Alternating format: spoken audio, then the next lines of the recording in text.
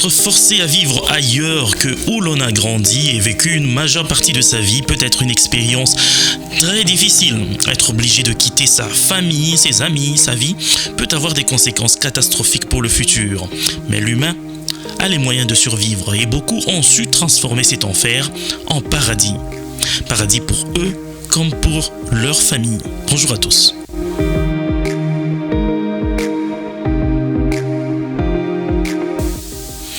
Chaque année, environ 20 000 personnes peuvent bénéficier de l'asile aux États-Unis, un parcours pas toujours aisé pour beaucoup. Mais si le statut d'exilé ou de réfugié vous est reconnu formellement, vous avez certaines possibilités quand il s'agit de faire immigrer certains membres de votre famille. Si vous êtes entré aux États-Unis en tant que réfugié au cours des 2 dernières années, ou si vous avez obtenu le statut d'asile au cours des 2 dernières années, vous pouvez demander à certains membres de votre famille d'obtenir le statut dérivé de réfugié ou d'asile. Qui sont ceux qui peuvent vous rejoindre aux États-Unis? Dans ce cas, il y a votre conjoint et vos enfants. En ce qui concerne les enfants, ils doivent être célibataires et âgés de moins de 21 ans lors de la première demande d'asile ou de statut de réfugié. En tant que demandeur, vous devez être un réfugié principal ou un demandeur d'asile. Cela signifie que vous avez obtenu directement le statut de réfugié ou de demandeur d'asile et que vous ne l'avez pas obtenu par l'intermédiaire d'un parent. Pour que votre conjoint et vos enfants vous rejoignent aux États-Unis, vous devez être entré aux États-Unis en tant que réfugié au cours des 2 dernières années ou vous avez obtenu l'asile au cours des 2 dernières années et que vous avez conservé ce statut. Sauf peut-être pour des raisons humanitaires qui peuvent accorder une dérogation de délai de dépôt.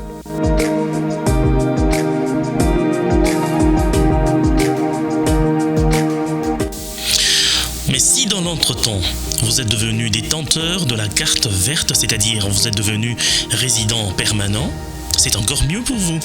Pour en savoir plus, référez-vous à la vidéo que nous avons réalisée sur ce sujet.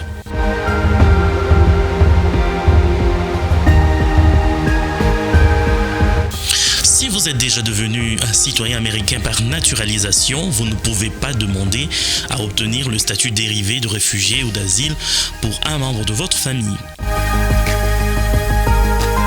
Cependant, vous pouvez toujours aider votre famille à immigrer aux États-Unis. Une vidéo sur comment le faire est sur notre page.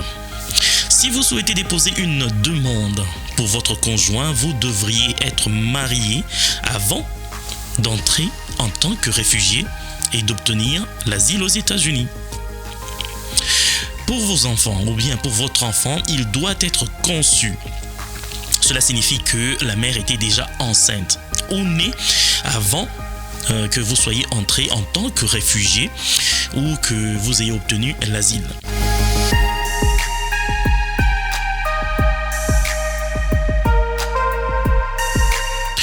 Lorsque vous remplissez le formulaire I-730, pétition relative aux réfugiés demandeurs d'asile, une photographie du type passeport est requise pour chaque membre de la famille pour lequel vous présentez une demande.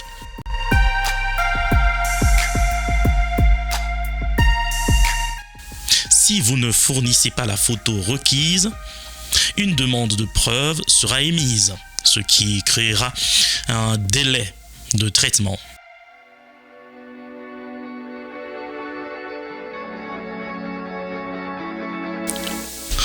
En déposant le formulaire I-730, vous demandez au fait le statut de réfugié ou d'asile dérivé parce que votre conjoint et vos enfants obtiendront ce statut de vous après votre admission aux États-Unis en tant que réfugié ou votre octroi de l'asile.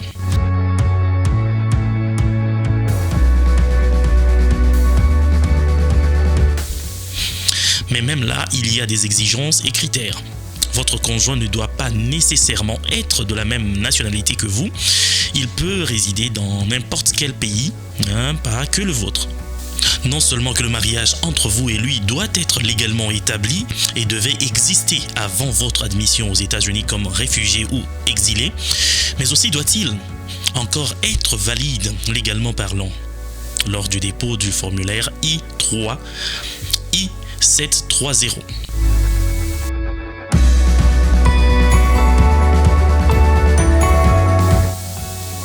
Pour court-circuiter les choses, certaines personnes n'attendent pas d'avoir obtenu le statut de réfugié ou d'exilé pour demander le statut dérivé du conjoint ou de l'enfant. Oui, vous pouvez inclure votre conjoint dans votre demande originale de statut de réfugié ou d'asile. De même pour votre enfant. Dans ce cas, il sera admis aux États-Unis en même temps que vous. Si votre conjoint vit en dehors des USA, il sera admis aux États-Unis en même temps que vous ou dans les 4 mois suivant votre admission. Ou peut même vous rejoindre plus tard. Nous vous conseillons d'explorer toutes les possibilités en consultant les sources officielles. Les dispositions et la démarche à suivre sont presque pareilles quand vous faites une pétition pour votre enfant. Après avoir déposé le formulaire I-730, vous recevrez un accusé de réception et si nécessaire, votre conjoint recevra un avis de l'USCIS en anglais ou le département d'État pour assister à un entretien et soumettre des données biométriques. Il n'y a pas de frais à payer pour les demandes d'asile ainsi que pour les réfugiés. Si tout se passe bien, vous pouvez enfin revoir ces êtres chers qui vous manquaient tant. Mais vous connaissez peut-être quelqu'un qui a immigré aux États-Unis et qui est devenu même citoyen américain, mais qui s'est fiancé au pays. Peut-il amener sa fiancée aux États-Unis pour mariage? Dans une de nos prochaines vidéos, nous en parlerons. D'ici là, portez-vous bien. Ciao.